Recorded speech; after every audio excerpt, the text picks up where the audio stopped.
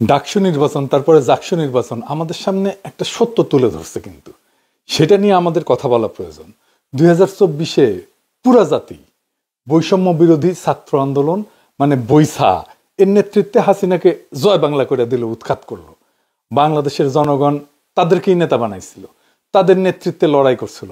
এরাই এনসিপি করলো, কিন্তু যার নেতা নাহিদ আর আক্তার। আর বৈষম্য বিরোধী ছাত্র আন্দোলন এনসিপির ছাত্র শাখায় রূপান্তরিত হইল এবং নাম নিল বাংলাদেশ গণতান্ত্রিক ছাত্র সংসদ বা বাকছাস। হাসিনা পলায়নের পরে তত্ত্বাবধায়ক সরকার কাদের নিয়ে তৈরি হবে, সরকারটা কেমন হবে, এই বিষয়ে মূল ভূমিকা রাখছে এই বৈষম্য বিরোধী ছাত্র আন্দোলনের ছাত্র নেতারা। তারাই ওয়াকারের সাথে নেগোশিয়েট করছে, ঘুটু করিছে, সাথে ছিল আসিফ নজরুল। ছাত্ররা যে সরকার বানাইছে তা প্রফেসর ইউনূস নিজেই স্বীকার করছে, তাই না? দেখেন, সরকারে 3 জন ছাত্র নেতা ঢুকলো, আসিফ, নাহিদ আর মাহফুজ। আমি এটা অ্যাপ্রিসিয়েট করছিলাম। আমি বলছিলাম এই ডায়াপার পরা বুড়া উপদেষ্টাগুলো না নিয়ে আরো ছাত্র নেওয়া উচিত। আমার আকাঙ্ক্ষা ছিল এই বিপ্লবের মধ্য থেকে উঠে আসা এক গুচ্ছ ছাত্র নেতা বাংলাদেশের ভবিষ্যৎ নেতৃত্ব দেবে, এর মধ্যে থেকে লিডার তৈরি হবে। তো যাই হোক, ছাত্ররা কেন সরকারে গেল? কারণ এই ছাত্র নেতারাই বিপ্লবের নেতৃত্ব দিচ্ছে, তাই না? তারাই ছাত্রদের নেতা, ছাত্র জনতার নেতা। সেই ছাত্র সমাজের রিপ্রেজেন্টেশন সরকারে থাকা উচিত, এই ছিল যুক্তি। তাইলে এখন কি হইল? সে ছাত্র নেতারা যে রাজনৈতিক দল করলো আর সেই দলের যে ছাত্র সংগঠন তৈরি করলো, তারা ডাকসুতে জাকসুতে গোহারা হারলো। সামনে যে ইলেকশনগুলো হবে সেগুলোতেও গোহারা হারবে। তার মানে সেই ছাত্র নেতারা যারা সরকারে আছে তাদের লিডারশিপে আর ছাত্ররা নাই, ছাত্রদের নেতৃত্ব শিবিরের কাছে চলে গেছে। তাহলে সবচেয়ে গুরুত্বপূর্ণ নৈতিক প্রশ্ন হচ্ছে, ছাত্রদের কি সরকারে থাকার বৈধতা থাকে? থাকে না। যদি সরকারে থাকার যুক্তি হয় ছাত্রদের রিপ্রেজেন্টেশন, তাহলে নেতৃত্ব হারালে তো সরকারে থাকার কোনো জাস্টিফিকেশন থাকে না। আর যেই ছাত্ররা প্রধান উপদেষ্টা সহ পুরো উপদেষ্টা মন্ডলীকে নিয়োগ করছে বলে প্রফেসর ইউনূস নিজেই দাবি করেছে, তো সেই ছাত্ররাই যদি নেতৃত্ব হারায় তো প্রফেসর ইউনূসের সরকারে থাকার বৈধতা থাকে না। আমাদের পিছনে ফিরে মূল্যায়ন করতে হবে আসলেই ছাত্রদের মন্ত্রী বানানো ঠিক হয়েছিল কিনা। আসেন আমরা নিজেরা মূল্যায়ন করি। প্রফেসর ইউনূসের সরকারের কোন মন্ত্রণালয় নিয়ে দুর্নীতির কোনো অভিযোগ কেউ করে নাই, কিন্তু এখনো পর্যন্ত গুরুতর অভিযোগ করে নাই। যেটুকু দুর্নীতির অভিযোগ আসছে তা ছাত্র উপদেষ্টাদের মন্ত্রণালয় থেকে, ঠিক কিনা বলেন? এটা খুব ডিস্টার্বিং। কিন্তু ক্ষমতা করাপ্ট করে যে সমস্ত উপদেষ্টা ক্ষমতা থেকে দুর্নীতি থেকে মুক্ত থাকতে পারছেন তাদের আমাদের অভিনন্দন জানানো উচিত, আমরা জানাই। আবার দেখেন, মাহফুজের ব্রেক ছাড়া কথাবার্তার জন্য ইন্ডিয়া ফরমালি প্রফেসর ইউনূসের কাছে বিচারও দিছে। শুনান তো এডিটর সাহেব। We have actually strongly registered a protest on this issue. We understand that the post that you referred has been taken down. We would like to remind all concerned to be mindful of their public comments. While India has repeatedly signaled interest in fostering relations with the people and the interim government of Bangladesh, such comments underline the need for responsibility in public articulation. And once again to repeat that we have strongly protested against this with the Bangladesh government. মানে সে বুঝতেই পারে নাই, সে যা খুশি তাই status দিতে পারে না। স্ট্যাটাস দেয় আর মুছে। বিএনপির সালাউদ্দিন সাহেব তো বলছে, দেখেন মুছে ফেলছে কিনা, দেখেন শোনান। আমি মনে করি মাহফুজ আলম সাহেব হয়তো ঘন্টাখানেক পরে সেটা আবার ডিলিট করবেন ওনার কথা মাফিক। এই বিষয়ে আর কোনো বক্তব্য নেই। ধন্যবাদ। ছাত্র নেতারা কিন্তু ক্ষমতা কিভাবে ম্যানেজ করতে হবে সেটা বুঝতে পারে নাই। প্রফেসর ইউনূসেরও দোষ আছে। আমেরিকায় গিয়া মেটিকুলাস ডিজাইনার ওনার প্রেস সচিব মাস্টার মাইন্ড বইলা মাহফুজের 12টা বাজাইছে। প্রথমত এটা তো সত্য না, মাহফুজ এই বিপ্লবের মাস্টার মাইন্ড না। বিপ্লবের মাস্টার মাইন্ড থাকে না। 2024-এর বিপ্লবে আরো ছিল না। ওইটাই কমিউনিস্টদের চিন্তা থেকে আসছে যে এটা এটা লেনিন লাগে, এটা কার্ল মার্কস লাগে, এটা হোসিমিন লাগে, এটা মাও সেতুং লাগে। 2024-এ যেই সময় আন্দোলন নিছকটা আন্দোলন থেকে সরকার উৎখাতের আন্দোলনের রূপ নিল এবং পরিশেষে বিপ্লবে রূপান্তরিত হইল, তখন জনগণ ড্রাইভিং সিটে। কাউকে বলে দিতে হয় না এই কাজ করো। হারুনের ভাতের হোটেলে গিয়া নাহিদের আন্দোলন প্রত্যাহার করেছিল না? করেছে তো। জনগণ মানছে? মানে নাই। মাহফুজ যে এই আন্দোলনের নেতা এটা আমি জানছি অনেক পরে, মানে যখন সে বিশেষ সহকারী হইল।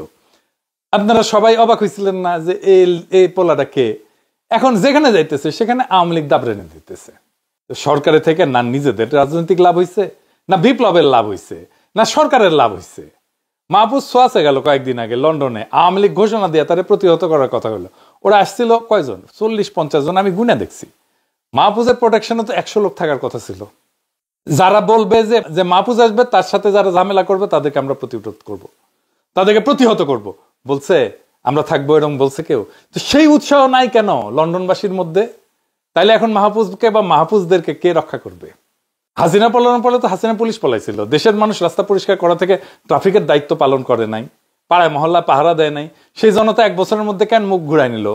সরকার কেন দিনে দিনে দুর্বল হইল, জনসমর্থন হারাইল? আমরাও তো 2 হাত তুলে সমর্থন দিচ্ছি। ছাত্ররা সরকারে থাকলে সরকার বিপ্লবী চরিত্র পাবে, বিপ্লব রক্ষা পাবে, এই যদি অনুমান হয় তাহলে তো ছাত্ররা পুরোপুরি ব্যর্থ। ছাত্রদের মধ্যে মেগালোমেনিয়া জন্ম নিয়েছিল, মানে মুই কি হুনুরে বিপ্লব করে ফেলেছি আর আমাদের পায়কে, আর সব তেজপাতা দাবরানি খায়। আওয়ামী লীগের মিছিল বড় হয়, ওরা মিছিলে বোমা ফাটায়, না পারছে আওয়ামী লীগ ঠেকাইতে, না পারছে বিপ্লব রক্ষা করতে, না পারতেছে নিজেদের রক্ষা করতে।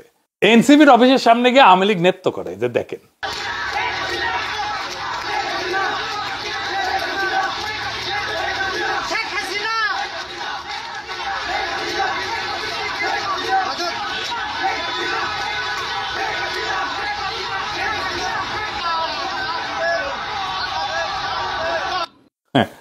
মানে একটা রাজনৈতিক দলের অফিসটা কোন জায়গায় করব, সেটারও একটা সায়েন্স আছে তো, সেটার একটা হিসাব নিকাশ আছে তো।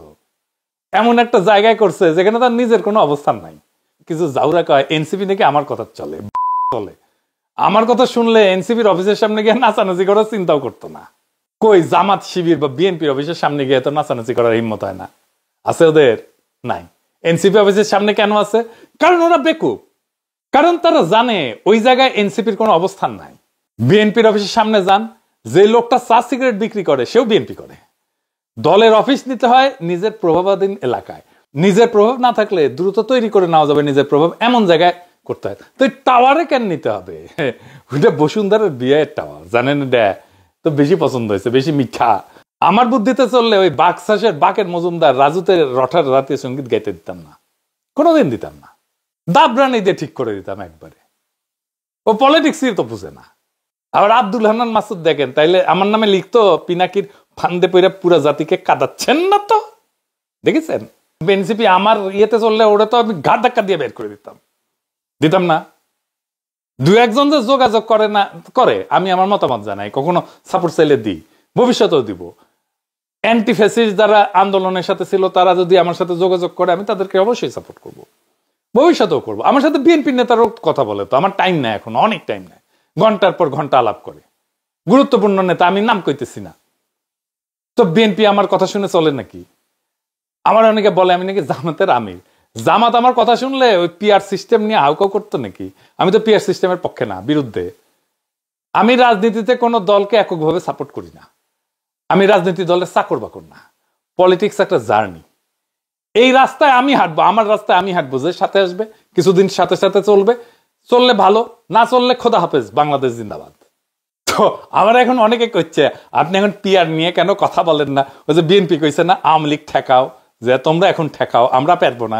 আমিও বিএনপি কই পিআর সিস্টেম পারলে ঠেকান, দেখি তার ন্যারেটিভ তৈরি করতে পারেন কিনা। হ্যাঁ, পারলে ঠেকান, করেন, আমি কেন করে দেবো? হ্যাঁ, নয়তো আমার গুরু মানেন, করে দিচ্ছি। তো এই ছাত্রদেরকে 5ই আগস্ট থেকে একে আজাদ ধরে নিয়ে প্যাকেট করেছিল চ্যানেল 24-এ। ওদের মাথায় আসে নাই চ্যানেল 24টা কার, একে আজাদ কে। চ্যানেল 24 এই যে মঞ্জুর আল মতিন আছে না, ওই কাজ করে। সে বলছে আর নাচতে নাচতে চলে গেছে, মানে উঠি থেকে সব মিটিং টিটিং করছে, তারেক রহমানের সাথেও মিটিং করছে উঠি, দেখেন, দেখেছেন? মানে একে আজাদ আওয়ামী লীগের লোক, ওইটা ওরা জানে না। এই যে প্রথমত আমি তোমাকে চাই বলা লোক, ওই যে ইয়ে করছিল না এডিটর সাহেব, দেখেন না? মাননীয় প্রধানমন্ত্রী, আমরা উন্নয়নশীল দেশ থেকে মধ্যম আয়ের দেশে উন্নীত হতে যাচ্ছি। অনেক অসম্ভব আপনি সম্ভব করেছেন, ব্যবসায়ীরা নিরাপদে ব্যবসা করতে পারছেন, আপনি রাজনীতিক স্থিতিশীলতা এনেছেন। স্থিতিশীলতাই সমৃদ্ধি ও শান্তি আনে।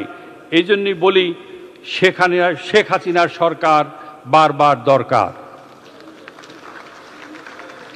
তাই শিল্পী কবির সুমনের জনপ্রিয় গানের ভাষায় বলতে চাই, প্রথমত আমি তোমাকে চাই, শেষ পর্যন্ত আমি তোমাকে চাই, ভীষণ অসম্ভবও তোমাকে চাই, জয় বাংলা, জয় বঙ্গবন্ধু। এটাও জানে না। বিপ্লবের প্রথম প্রহরে তার কোলে গিয়া উঠলো, তো ওইখান থেকে যা বাইর হবে সেটা তো হাসিনার পায়খানাই হবে। মিটিং করার জায়গা ছিল না সারা ঢাকা শহরে। এই হইতেছে তাদের পলিটিক্যাল উইজডম। যাই হোক, কয়দিন থেকে দেখতেছি বিএনপির লোকেরা আওয়ামী লীগের মিছিলের ভিডিও দিয়ে কইতেছে, দেখো দেখো আওয়ামী লীগ মিছিল করতেছে, তোমাদের ধরবে, এখন তোমাদের ধরবে, পিঠ সামলাও।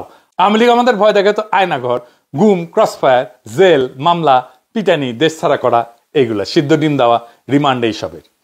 বিএনপি এখন আমাদের ভয় দেখায় আওয়ামী লীগ ফিরে আসবে, ভয় দেখায় আনুগত্য চায় এরা, দুই পক্ষই। হাসিনাও চাইতো, এরাও চাইতো, ওরা একভাবে, এরা আর একভাবে। আপনাকে তারা মুক্তির স্বপ্ন দেখায় না, আপনাকে মানুষ বলে মনে করে না, চাকর বাকর মনে করে। আপনাকে মুক্ত মানুষ হইতে দিতে চায় না, আপনাকে দিয়ে ভয়ের দাসত্ব করাইতে চায়। আমরা ভয়কে, বাংলাদেশের জনগণ দেশের মালিক, তার মালিকানা কিভাবে প্রতিষ্ঠা করতে হয় তারা জানে, করে দেখাইছে 2024-এ। দেশের মানুষকে আওয়ামী লীগ ফেরানোর ভয় দেখায় না, নিজের ভয়কে সবার উপর চাপাই দিয়েন না। আপনি ভয় পান, নিজে পান, নিজে বলেন নিজে ভয় পাইতেছে। আমরা আত্মরক্ষা করতে পারি, আমরা পাল্টা আঘাতও করতে পারি। আপনাদেরকে আমরা রক্ষা করছি, আপনি করেন নাই। জনগণ জানে কিভাবে ভয়কে জয় করতে হয়। আপনারা তো ভয় কাঁপেন, এটা আপনাদের দলের নেতারা বলছে না অসংখ্যবার। 28 অক্টোবর ভয়ে দাঁড়াইতে পারেন না, এটা মির্জা আব্বাস বলছে না, দেখেন এডিটর সাহেব। আবার দেখেন টুকু বিএনপির নেতা স্লোগান দিতেছে, ভয় করি না, বুলেট বোমা বলবে। তারপরে কি হইল এডিটর সাহেব দেখান।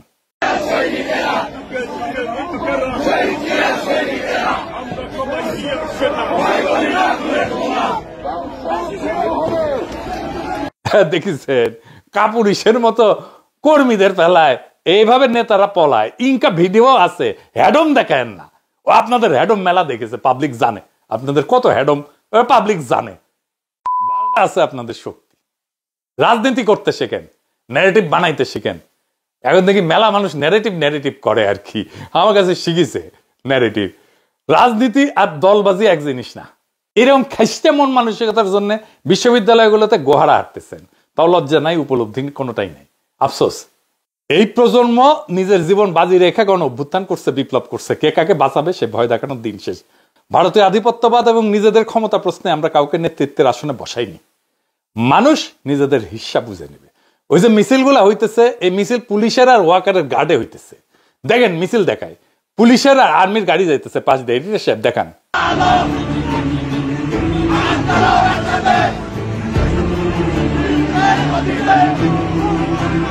দেখেছেন গার্ড দিচ্ছে ওয়াকারানন্দ প্রভুপাদ আর প্রফেসর ইউনূসের পুলিশ। তাদের প্রভু ইন্ডিয়া কয়ে দিছে যে আওয়ামী লীগের মিছিল করাইতেছি, আওয়ামী লীগ ফিরে আসবে। এটা দিয়ে ভয় দেখানো হইলো, আওয়ামী লীগকে প্রতিষ্ঠা করার রাস্তাও একটু ফাঁকা হইলো। একাধারে আমাদের কইবে মবস্টার আর কইবে আওয়ামী লীগের মিছিল থাকো, মজাই মজা। আর্মি কি করতে আছে ম্যাজিস্ট্রেসি পাওয়ার নিয়ে মাঠে, আওয়ামী লীগের মিছিল করতেছে জানে না তারা? আগে তো মাস্ক পরে মিছিল করতো, এখন তো মাস্ক ছাড়া মিছিল করে। 24 ঘন্টার মধ্যে ধরে ফেলা যায় না সব কয়টারে, কই থেকে টাকা পায়, কই থেকে ব্যানার ছাপায়, এসব কেমনি কোথায় প্ল্যান হয়। নেটওয়ার্ক তো বাইর করে ফেলা যায়, কিন্তু হবে না। ওই যে কইলাম না, শস্যের মধ্যেই ভূত, কে ভূত খাতাবে? করতেছে করুক, কি হবে পরে আসতেছি। এটা সুসংবাদ দিয়া ইন্ডিয়ারে তো প্রফেসর ইউনূসের সরকার সকাল সন্ধ্যা 2 বার নম করে, জানেন এটা? হ্যাঁ, নম করে। প্রণয় ভার্মা ডিফেন্স কলেজে বক্তৃতা দেয় ভারতের পররাষ্ট্র নীতি আর উন্নয়ন কৌশল নিয়ে। এটা সত্য যে ডিফেন্স কলেজে অন্য দেশের রাষ্ট্রদূতরা বক্তব্য দেয়, তবে একবার এই প্রণয় ভার্মা এর মধ্যে 2 বার দিচ্ছে। আসিছে কয়দিন, 2 বার দিয়ে দিচ্ছে। আর কেউ কিন্তু 2 বার দেয় নাই বক্তব্য। পাকিস্তানের রাষ্ট্রদূতকে 2010 সাল থেকে আমি খুঁজে দেখেছি, একবারও ডাকে নাই। প্রতিবেশী দেশ হিসেবে মায়ানমারের রাষ্ট্রদূতকেও ডাকে নাই কখনো। মায়ানমারে বক্তব্য শোনার দরকার আছে না আমাদের? কারণ ওদের সাথে তো গ্যাঞ্জাম আছে রোহিঙ্গা ইস্যু নিয়ে, তাই না? আমাদের শোনার দরকার আছে না? আর প্রফেসর ইউনূসের সরকার তো আছেই, ওয়াকারানন্দের সুবাদে আর একটা নম করা হইলো আর কি। আবার দেখেন, আবার ইলিশ মাছ পাঠাইছে। গতবার এত কিছু হইলো, বললাম পাঠায়েন না। প্রফেসর ইউনূসের কি বাপের জমিদারি বাংলাদেশ, নাকি উপদেষ্টাদের বাপের জমিদারি? অনেকে বলে আমি মুখ খারাপ করে গালি দিই। প্রফেসর ইউনূসের সরকারকে গালাগালি করি নাই অনেকদিন, তাই দেখেছেন মাথার চেয়ে বসেছে, এখন পেশাব করিচ্ছে। বিপ্লবের তো মারছে প্রফেসর ইউনূস, নিজে মারছে, ছাত্ররাও মারছে, প্রফেসর ইউনূসও মারছে। ভাবিছেন আপনারা রক্ষা পাবেন? মানে প্রফেসর ইউনূসের সরকারকে কইতেছি, আপনারা ভাবিছেন রক্ষা পাবেন? নেপালে দেখেছেন না মন্ত্রীদের কাপড় খুলে পিটাইতেছে। হাসিনার মন্ত্রীগুলা পিটান খায় নাই, কিন্তু দেশকে এই দিকে নিয়ে যাইতেছেন আপনারা। আপনাদের কালেকটিভ অদক্ষতা, নির্বুদ্ধিতার গোয়ার তুমি দিয়া আপনারা আর একটা জুলাই অবশ্যম্ভাবী করে তুলতেছেন। তাই আওয়ামী লীগের মিছিল দেখা মন খারাপ করেন না। হেলিকপ্টারের রশিদ হইরা ওদের পলাইতে হবে প্রফেসর ইউনূসের সরকারকে। পুরা বিপ্লবটাকে একেবারে সারা করছে প্রফেসর ইউনূসের সরকার। হাসিনা যা যা করছে তাই তাই করিচ্ছে। তো কি কামে বসাইছে তাদেরকে সরকারে, মানে এদেরকে সকাল সন্ধ্যা সাপোর্ট দিয়ে এতদিন ধরে নিয়ে আসছি এত দূর, আর এরা যা খুশি তাই করতেছে। জানেও না যে জনগণ কি চায়, জানেও না কোনটা করা উচিত, একেবারে যাচ্ছে তাই, এগুলো প্রত্যেকটা যাচ্ছে তাই। দেখেন আদানির সাথে চুক্তিতে বছরে 15,000 কোটি টাকা লস। তো এই বিদ্যুৎ কেনা হচ্ছে আবার, দেখেছেন আবার বেশি বিদ্যুৎ কেনা হবে। চুক্তি বাতিলের আলাপ হয়েছিল হাসিনা পলানোর পরে, সে আলাপ সিন্ধুকের মধ্যে কে ঢুকেছে? এখানে তো সবকিছুর দাম বেশি বেশি ধরা হয়েছে, তাই না? তো বেশি টাকাটা কে পাইতো? কমিশনটা হাসিনা পাইতো, এখন তো হাসিনা নাই, তো কমিশন কে পাচ্ছে? কেউ পাচ্ছে, প্রফেসর ইউনূসের সরকারের কেউ পাচ্ছে। আবার দেখেন চট্টগ্রাম বন্দর তো লাভজনক, তো প্রচুর আয় উপার্জন হয়, কিন্তু আয় উপার্জন প্রচুর বাড়িছে। তো এইটা 86 সালের পরে প্রথম মাসুল 1,41% বৃদ্ধি করবে। কেন টাকা কার জন্যে? জমিদারি নাকি আপনাদের? হ্যাঁ জমিদারি আপনাদের। পাছার চামড়া তুলে দেবো কিন্তু একেবারে। এখন তুলতে পারবো না, এখন তো পুলিশ আর্মি নিয়ে সাথে নিয়ে ঘোরেন, পুলিশ আর্মি যখন থাকবে না পাছার চামড়া তুলে ফেলবো একেবারে। হাসিনাকে হটানো হয়েছে ইন্ডিয়া ইস্যু নিয়ে। ইন্ডিয়া ক্রমাগত শত্রুতা করে যেতেছে। আমরা তো আপনাদের কাছে কিছু চাই না, কিছু পারছেন দিতে না পারবেন দিতে, চাইছি শুধু ইন্ডিয়ার সাথে বাংলাদেশের ইস্যুগুলো শক্তভাবে ডিল করেন। ইলিশ পাঠানো একটা ছোট কাজ, কিন্তু খুবই প্রতীকী বিষয়। না করছি কতবার, ভাবলাম একবার ভুল করিস আর করবে না, কিন্তু আবার আমাদের ইউটিউব চ্যানেলগুলো বন্ধ করে দিচ্ছে না ইন্ডিয়াতে। এইরকম শত্রুতা করে, রাষ্ট্রের সাথে রাষ্ট্রের স্বাভাবিক সম্পর্ক রাখতেছে না ইন্ডিয়া, কিন্তু এদের প্রেম যায় না ইন্ডিয়া প্রেম। এই প্রফেসর ইউনূস সরকারের অর্ধেক ইন্ডিয়ান লেসপেন্সার, কারা কারা লেসপেন্সার লিস্টি করে রাখছি, দেখে দিব সবাইকে। এই 1 নম্বর ইন্ডিয়ান লেসপেন্সার যে ওই যে তৌহিদানন্দ প্রভুপাদ, সিসি তৌহিদানন্দ প্রভুপাদ, 2 বার নম করে আসে মোদিকে যায়। তো এক অবিবাহিত মাইয়া কিছুদিন পর পর পেট বাঁধায়, তো তারপরে গিয়ে অ্যাবর্শন করে ফেলে, আর কানে ধরে বলে আর করবো না। তো তারপরে সালিশ বসিছে একদিন, মুরব্বীরা কইতেছে তোর সমস্যা কি, বারবার বলিস আর করবো না, তো পেট বাঁধাস কে, সমস্যা কি?